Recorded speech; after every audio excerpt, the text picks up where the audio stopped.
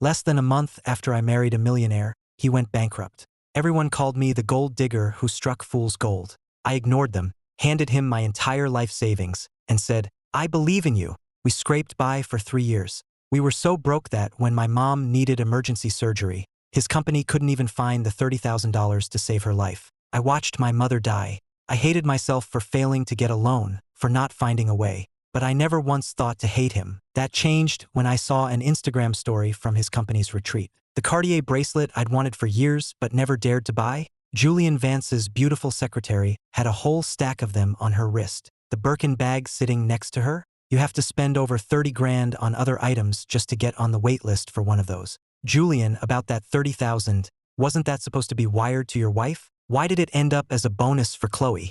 I stood frozen outside his office, listening to his CFO's voice. I held my breath, my eyes burning, clinging to every word. Julian's laugh was casual, dismissive. I offered to buy it for her, but she refused. Said I've already spent a fortune on her, and she didn't want to be completely dependent on me. The bag was just 30 grand short, and she insisted on earning it herself. So, I gave it to her as a performance bonus. That way, it wasn't a gift from me, and it made her happy. My knees almost gave out. The money that could have saved my mother's life, he gave it to Chloe for a handbag, just to make her happy? What about my mom? Wasn't Julian's company supposedly on the brink of collapse? And where the hell did he get the money he'd already spent on her? But Julian, the company's been back in the black for months. We could have easily afforded another 30,000 for your wife. Why did you have to take her money and give it to Chloe? Julian sighed. A while back, Chloe wanted to see the sunrise at the Grand Canyon, but your wife bought the last train ticket out of town.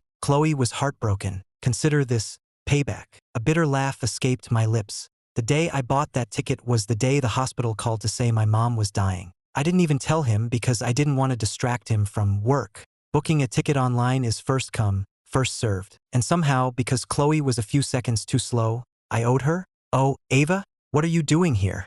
Chloe's heels clicked on the floor behind me. The conversation inside died instantly. Ava. Julian swung the door open, grabbing my arm. Shouldn't you be at the hospital with your mom? What are you doing here? I stared right into his eyes. She's gone. He flinched. What? Why? We were $30,000 short for the surgery. The CFO behind him gasped, his eyes darting to Julian. I saw a flicker of genuine shock in Julian's expression. How could this have happened? He looked genuinely remorseful, and for a second, I wanted to slap that look right off his face. I wanted to scream at him for giving away my mother's life for a damn handbag. But I couldn't. I had no leverage, no power. Every cent I had went to my mom's medical bills.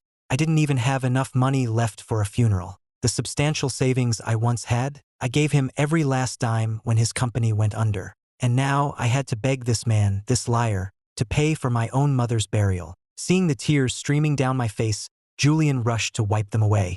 Don't worry, Ava. We'll get through this together. Even though things are tight, I'll spare no expense. Even now, he was still playing the part of the struggling husband. He's right, Ava, Chloe said, her hand reaching out to squeeze mine. Julian's company is still struggling, but he'll do everything he can for you. My eyes locked onto the simple gold band on her left ring finger. Chloe snatched her hand back, her smile suddenly strained. And I knew. Julian had bought her that ring too. Maybe it was guilt, but Julian paid for a lavish funeral. He even took the entire week off from work. He stayed by my side the whole time. At the service, I thought I could hold it together, but the second I saw my mother's photograph, I broke. The tears wouldn't stop. He stood beside me, constantly glancing down at his phone. Whenever a guest approached to offer condolences, he'd quickly pocket it and arrange his face into a mask of sorrow. Ava, something's come up at the office. An emergency. I have to go. He squeezed my hand. I'll be back to get you as soon as it's done. Then he turned and practically ran out of the funeral home. He used to rush like that only when he was on his way to see me. I didn't try to stop him. I pulled out my phone and opened Instagram. I went straight to an account with the handle Winter_Chloe. Sure enough, a new post. A photo from a penthouse apartment, floor-to-ceiling windows overlooking the city, empty wine bottles scattered on the floor. The caption read, "If I act helpless too, will you finally pay attention to me?" She tagged an account at J.V, J for Julian, V for Vance, Winter_Chloe, for Chloe Summers. I can't even remember the sick, trembling feeling I had when I first found her account and hit follow. I just needed to know. I needed to see everything. A few hours later, her feed updated again. A mirror selfie. A man's arm was wrapped tightly around her waist. Her crop top showed off a perfect, toned stomach. You couldn't see their faces, but the hand resting on her hip wore a wedding band I knew better than my own. My husband's wedding band. The caption, "I knew you'd never leave me alone," a J.V. had liked the post and commented, "The person who loves you would never let you be sad." A hollow laugh escaped my lips. I was standing alone in the empty funeral parlor. A cold draft swept through the room. It felt like I was the only person left in the world, with nothing but the smiling photograph of my dead mother behind me. Julian never came back for me. I waited until dark, until I was the last person in the building. Finally, he called. "Ava, I'm so sorry. This thing at work is a real mess," and it rolled right into a scheduled press conference. "I'm sorry I couldn't get back to you. Give me 2 more hours, tops. I'll come get you as soon as it's over." I laughed, sitting in the back of a cab I'd called myself. "Don't bother. Actually, I have a gift for you." A gift? I was watching the live stream of his press conference on my phone. Just then, the huge screen behind Julian flickered and changed. The sounds that filled the auditorium were unmistakable. And there, on the screen, on a massive bed in a penthouse apartment, were 2 bodies I knew all too well. The moment I found Chloe's Instagram account a week ago, I started planning for this. With my mother finally laid to rest, I had nothing left to do but focus on them. I'm not the kind of person who just takes it. If I was going to get revenge, it had to be public. It had to be spectacular. I wanted to ruin them, and what better stage than a live press conference? By the time I walked into the auditorium, the place was chaos. The reporters had abandoned all questions about corporate earnings and were screaming questions about Julian Vance and his secretary. Then they saw me. The crowd of journalists parted like the Red Sea. "Ava." Julian stared at me, his face a mask of disbelief. Chloe cowered behind him, her eyes wide with fake terror. "Ava." Crack. The sound of my hand hitting her face echoed through the room. Julian's face darkened.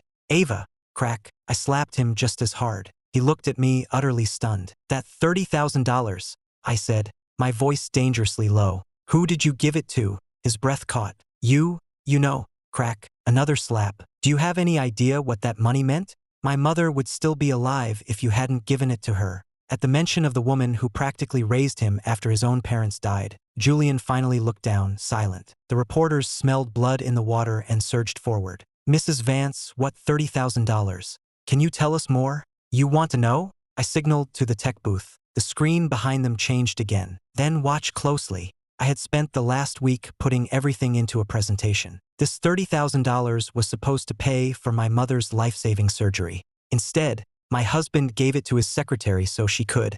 "Enough." A hand clamped over my mouth. Julian lunged forward and kicked the massive display, shattering half the screen into a spiderweb of dead pixels. "Julian, let me go." He grabbed my wrist, his grip like iron, and dragged me towards his private elevator. "Ava is the one who's the other woman." I froze. Chloe's mother, who had arrived in the chaos, looked at me, confused. "If you two are married, then Ava is." I pulled out my own marriage certificate, the one with Julian's name on it, and held it up. "If you married her, then what the hell is this?" I unfolded the certificate. Our smiling faces stared out from the photo, the official state seal clearly embossed over the edge. A gasp went through the crowd. "What is going on? There's another marriage license. And the date on this one is from 3 years ago." Chloe's mother turned to Julian. "What is the meaning of this?" Julian looked straight at me, his face cold. "I have never been legally married to Ava. We dated, that's all. I have no idea where she got that forged document." "What?" The room erupted. I stared at him, my mind reeling. "What are you talking about? We went to City Hall together, we took the photo there. Have you forgotten? Photos can be faked." "I don't know what you're talking about," he said, his voice flat. Chloe buried her face in his chest, sobbing. "Oh, Ava, I thought you were just a close friend. I never imagined you'd do something so twisted. Forging a marriage license with my husband. I know you saved my life once, and I'll always be grateful, but you could have asked for anything. Why would you do something so horrible?" The room, and the thousands watching the live stream, were in an uproar. I clutched the paper in my hand. "I don't believe you. Julian, you're lying to protect her. You forged your certificate with her. This is an official state document. Why would I forge it?" He shot back. "Fine," I said. "Let's go down to the county clerk's office right now and pull the public records. We'll see who's lying. Are you and Chloe brave enough for that?" Chloe's breath caught in her throat. She looked up at Julian, pure panic in her eyes. Julian's jaw tightened. He hesitated for a fraction of a second, then said through gritted teeth, Fine. We all drove to the county records office. Chloe trailed behind Julian, looking pale. The clerk typed my name into the system and turned the screen towards me.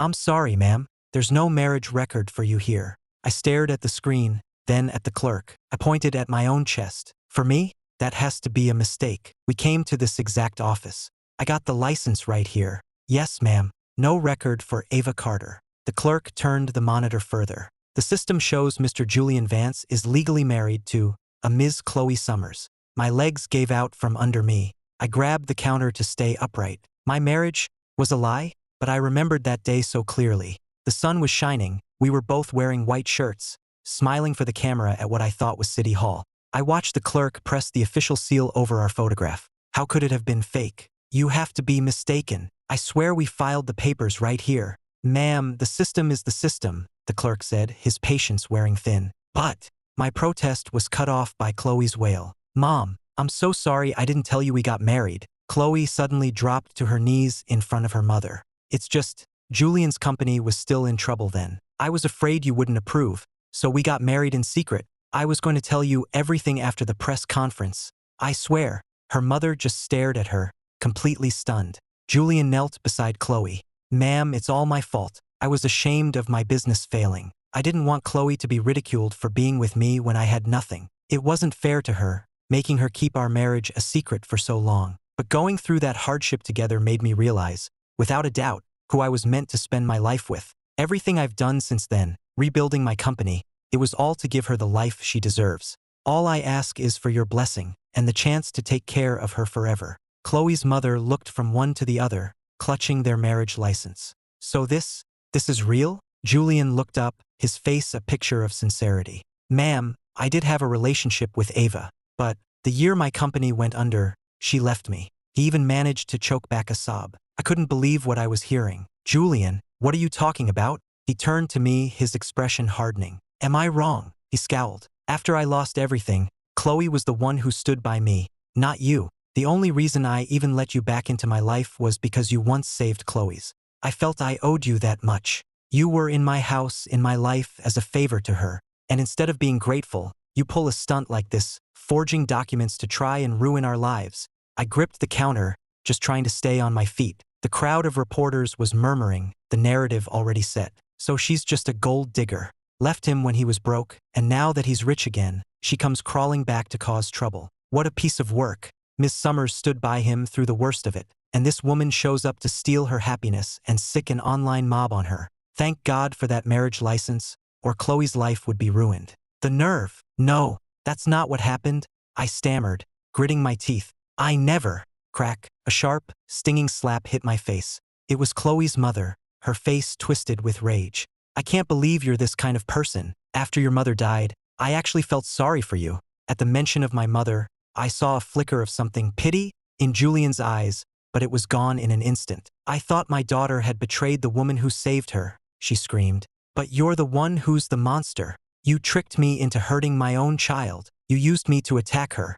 You are pure evil. She lunged, grabbing a fistful of my hair, her hand raised to strike again. Security guards intervened, pulling her off me. She was still screaming as they dragged her away. Let me go. I'm gonna rip her lying mouth off. Let's see her spread rumors about my daughter then. A single tear finally escaped and rolled down my cheek. I bit my lip so hard I tasted blood, trying to stop my body from shaking. I didn't understand how this was happening. How did my marriage certificate become a worthless piece of paper overnight? How were Julian and Chloe the real couple? How could I sacrifice everything for him, suffer for years, lose my mother because I couldn't afford to save her, only to be branded as the one thing I despise most in the world, the other woman? I don't remember how I got back to the apartment. I was just sitting there in the dark when Julian walked in. The sound of the door closing snapped me out of my trance. I'm sorry, he said. Crack. The slap echoed in the silent apartment. His head snapped to the side. That day, I whispered, at City Hall.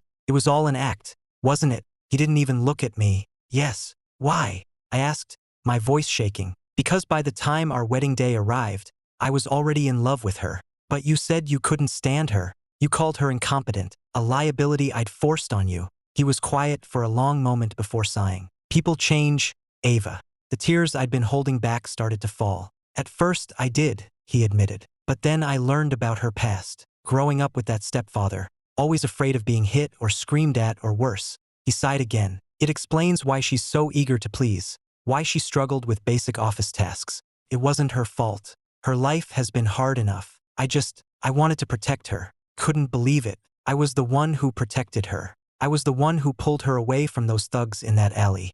I gave her money. I got her the job with Julian. I did all of it so she could stand on her own 2 feet, so she could be strong enough to protect herself. I never imagined that, in the end, she'd just find another protector. My husband. By then, our wedding was all planned. Everyone knew. Calling it off would have been a disaster, he continued. So I staged the whole thing. It was easy. Before the bankruptcy, I had more than enough money to pull it off. I laughed, a bitter, ugly sound. And I bet you never imagined you'd actually go bankrupt and need me to save you. No, he said quietly. I didn't. He paused. So in a way, our fake marriage was a stroke of luck for me. Crack. I hit him again. Have you no shame? How could you do this to me? How could you do this to the memory of my mother, the woman who raised you? He ignored the red mark blooming on his cheek and tossed a credit card on the table. I know I wronged you, and I wronged your mother's memory. But the fact is, I don't love you anymore. There's $5 million on that card. Take it and walk away.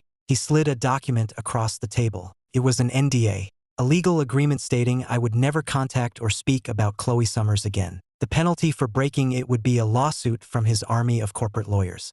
I ripped the papers into tiny pieces and threw them in his face. So that's a no? He said, his voice turning to ice. Why would I ever let the people who killed my mother get away with it? Are you sure about this? Absolutely, I snarled. He bent down, picked up the card and said, fine. Then he turned and walked out the door without another word. The next day, I got a call from the cemetery.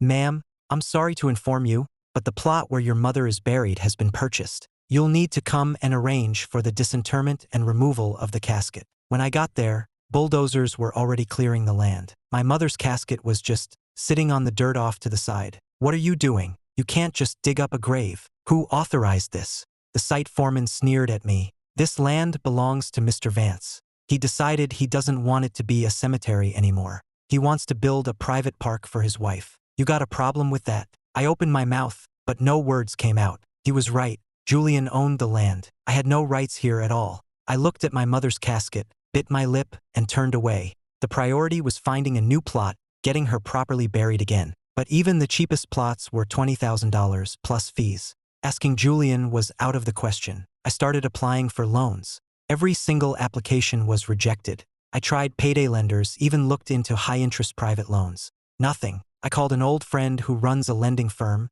and even he turned me down. Seeing how desperate I was, he finally told me off the record. Look, Ava, someone powerful put you on an industry-wide blacklist. Nobody will touch you. I can't say who, but be careful. Then he hung up. When I tried to call back, the line was dead. He'd blocked my number. I didn't need him to tell me who it was.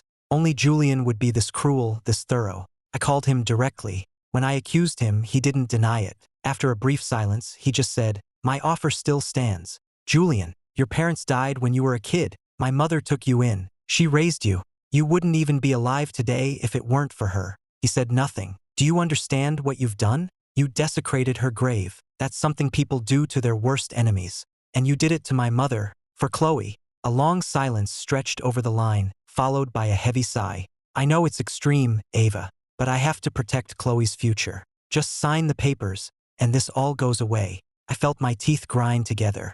Never. Then I guess your mother's body can rot in a warehouse somewhere. Julian. He hung up. My hand holding the phone was shaking uncontrollably. Fine, Julian. If this is how you want to play, then I have nothing left to lose. A crowd had gathered outside the Vance Corporation headquarters, but they kept their distance, forming a wide circle around me. Is she insane? She brought a casket to the front door of a skyscraper. Holy crap, that's hardcore.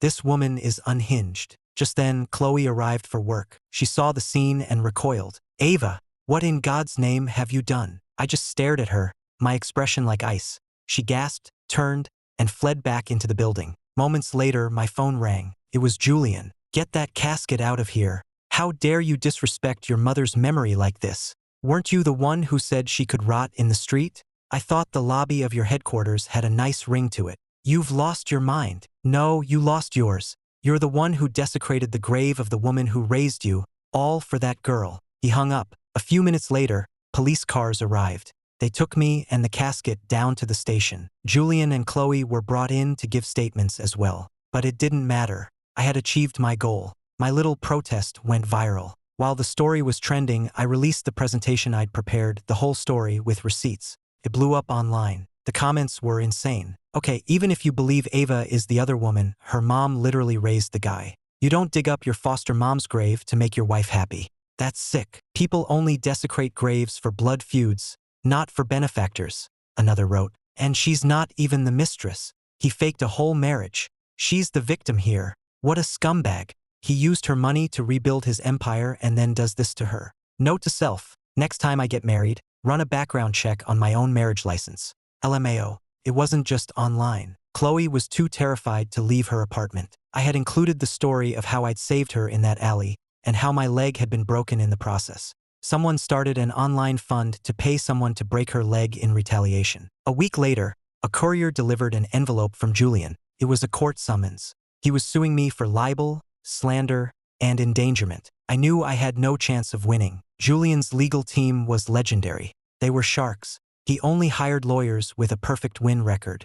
And me? I was broke. I had to rely on a public defender, a fresh-faced kid who looked like she just graduated from law school. Against Julian's team of seasoned killers, she was completely outmatched. After the judge shot down her third objection in a row, she turned to me, her eyes welling with tears. Ava, I'm so sorry. She had wanted to argue for a full acquittal. When that was clearly failing, she tried to argue for a lighter sentence, but even that seemed impossible. I was looking at a minimum of 3 years in prison. Julian shot me a cold look from across the courtroom. I could read his lips. You brought this on yourself. Wait, I said, standing up. Your Honor, I would like to say something in my own defense. The judge nodded. I began. The plaintiff's counsel has argued that my actions constitute libel with intent to cause emotional distress, citing Penal Code section. I started citing case law, precedent, and legal statutes. I went on, systematically dismantling every point their lawyer had made. My own public defender was staring at me, her mouth hanging open. Across the room,